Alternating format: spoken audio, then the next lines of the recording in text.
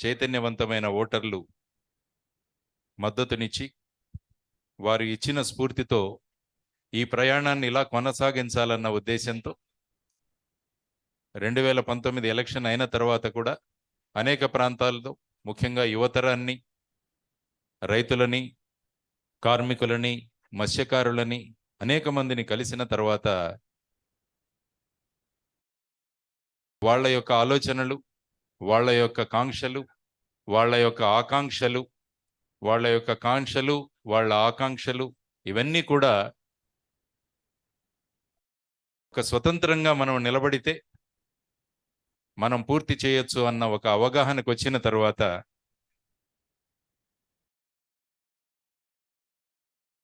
ప్రజల యొక్క అభిమతాన్ని ముందుకు తీసుకువెళ్ళడానికి పార్టీలు ప్రధానమైన పాత్ర పోషిస్తాయి.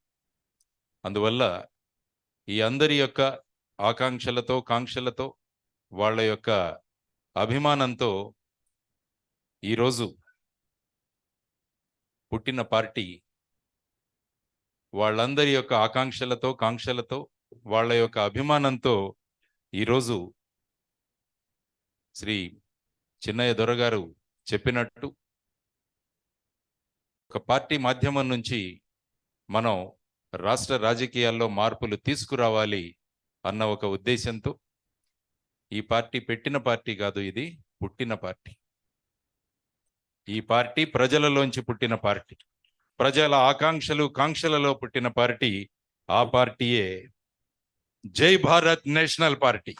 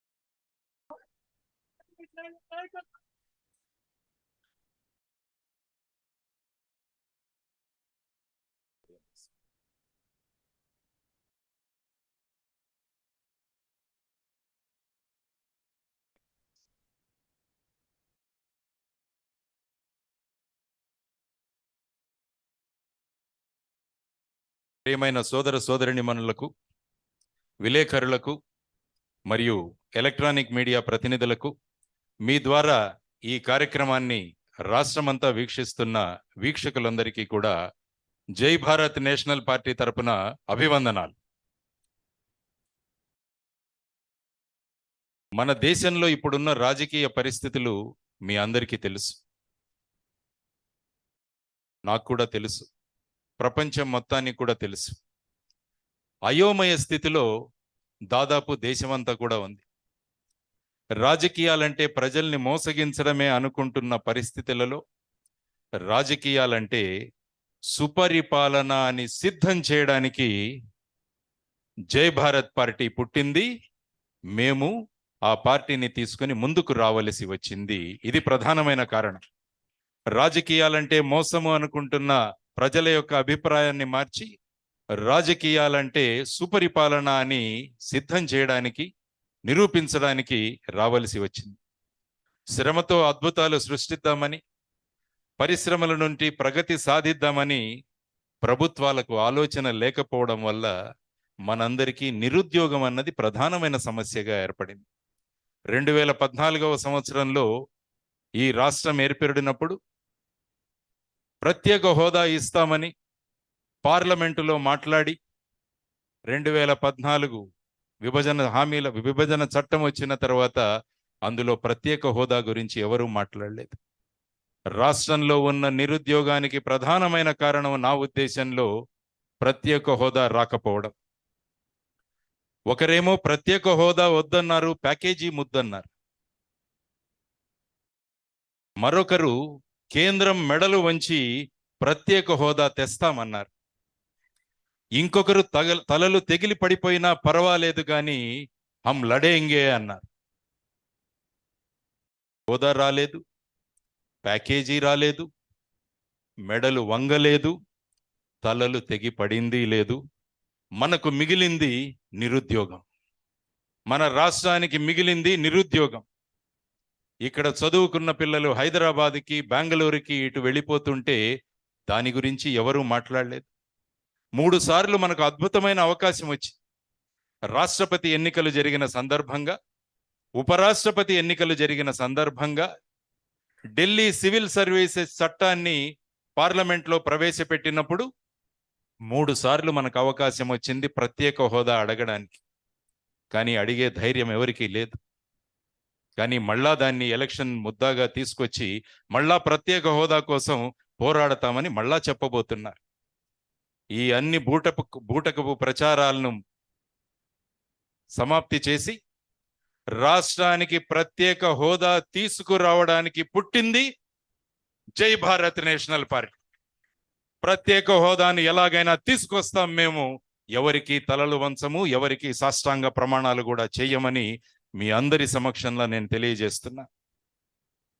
చట్టంలోని, రాజ్యాంగంలోని లోపాలను, లొసుగులను వెతికి ప్రభుత్వాలు దోపిడీలకు ఎలా పాల్పడాలో అని ఆలోచిస్తున్నాయే తప్ప ప్రజలకు ఎలాంటి సేవలు అందించాలో అన్న తలంపులు చాలా తక్కువైపోయాయి. వీరు వాళ్ళు తిన్నారు అంటున్నారు, వీరు వాళ్ళు తిన్నారు అంటున్నారు, వాళ్ళు వీరు కూడా తిన్నారని అంటున్నారు.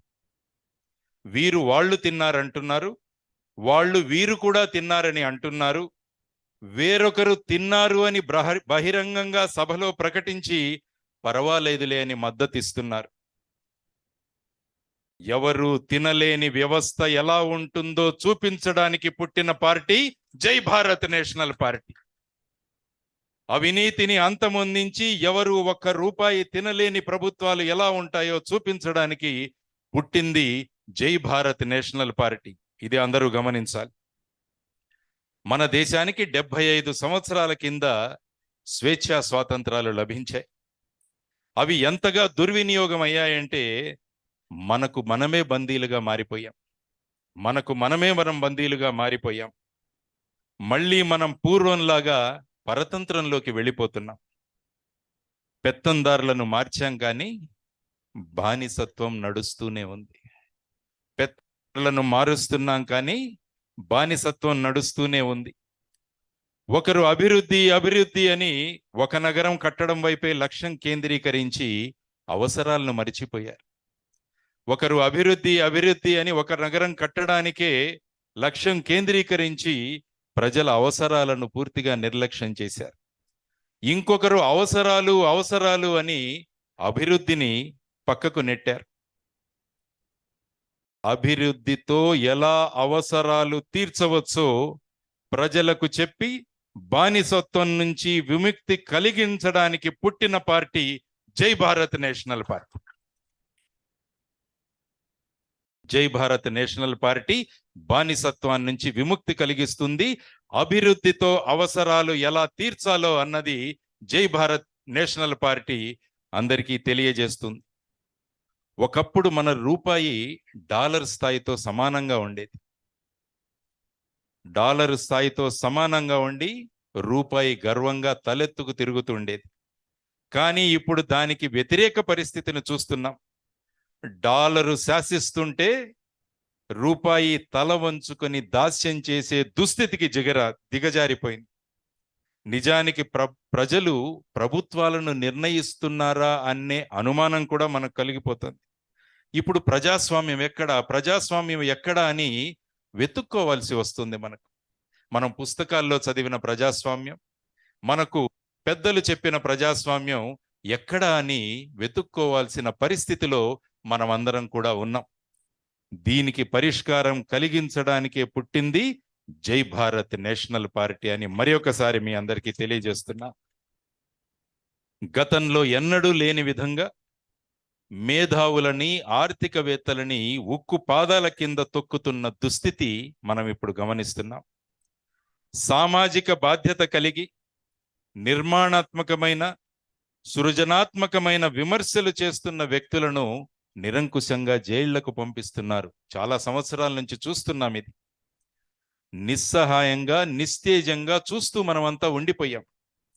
రాష్ట్రంలో శాంతి భద్రతలు, మానవ హక్కుల రక్షణ చక్కగా ఉంటే మేము రావాల్సిన అవసరం ఉండేది కాదు. అవి లేవు కాబట్టి వాటిని దారిలో పెట్టడానికి పుట్టింది జై భారత్ నేషనల్ పార్టీ. శాంతి భద్రతలను, మానవ హక్కుల రక్షణను కల్పించడానికి పుట్టింది జై భారత్ నేషనల్ పార్టీ.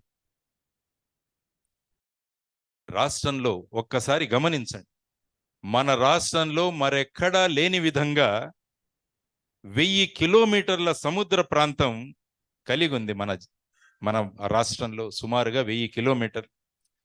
మీరు అనుకుంటే ఈ 1000 కిలోమీటర్లను గనక మనం చక్కగా అభివృద్ధి చేయగలిగితే రాష్ట్రంలో ఉన్న సగం జనాభాకి మనం ఉద్యోగ కల్పన చేయవచ్చు. ఉద్యోగాలు మనం ఇక్కడే సృష్టించవచ్చు. భారతదేశం, ముఖ్యంగా ఆంధ్రప్రదేశ్ అన్నది వ్యవసాయ ప్రాధాన్య రాష్ట్రం. అందువల్ల గ్రామాలలో పరిశ్రమలు గనక మనం ఏర్పాటు చేయగలిగితే,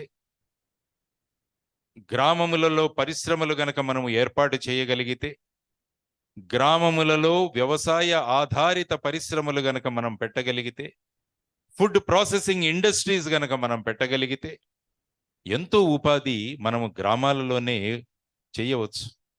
మన యువత వేరే ప్రాంతాలకు వెళ్లాల్సిన అవసరమే ఉండదు.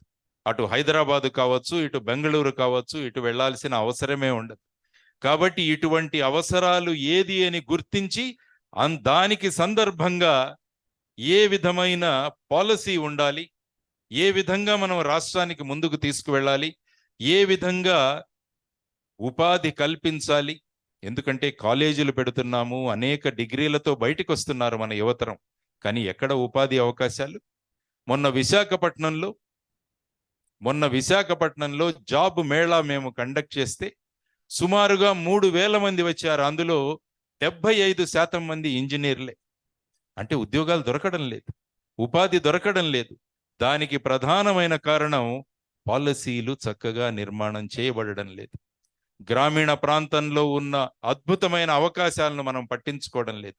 వీటన్నిటినీ గమనించి యువతరానికి అద్భుతమైన ఉపాధి కల్పించడానికి ప్రజల నుంచి పుట్టిన పార్టీ జై భారత్ నేషనల్ పార్టీ అని మీ అందరికీ తెలియజేస్తున్నా. ఇది ఇలా ఉండగా కొన్ని కుటుంబాలకు మాత్రమే పరిమితమైపోయాయి రాజకీయాలు. వాళ్లే తిరుగుతున్నారు, అవే ముఖాలు. ఈ పార్టీ నుంచి ఆ పార్టీకి, ఆ పార్టీ నుంచి ఈ పార్టీకి, లేకుంటే ఒక నియోజకవర్గం నుంచి ఇంకొక నియోజకవర్గంకి, ఈ విధంగా తిరుగుతూ ఉన్న రాజకీయాలు మనం చూస్తుంటే కుటుంబ పాలన అన్నది ఎప్పుడో అన్నారు. మనము రాచరికాలు ఏవైతే ఉన్నాయో అవి కుటుంబ పాలన అని చెప్పేసి వాటిని వద్దన్నాం మనం. కానీ ప్రస్తుత రాజకీయాలు మొత్తం దేశంలోనే చూస్తుంటే మళ్ళా కుటుంబ రాజకీయాల దిశగా వెళ్ళిపోతున్నాయి. ఎవరో నాన్నగారు ఏదో హోదాలో ఉన్నారని ఖచ్చితంగా వాళ్ళ పిల్లలకు కూడా మళ్ళా హోదాలు రావాల్సిందే. ఆ విధమైన పరిస్థితులు ఉన్నప్పుడు ప్రజలు ఏమవుతున్నారు? ప్రజలకు సురక్ష ఉందా అని ఆలోచిస్తుంది. ఒకరు బ్లాక్ కమాండో సెక్యూరిటీలో ఉన్నారు, ఇంకొకరు పరదాల సెక్యూరిటీలో ఉన్నారు.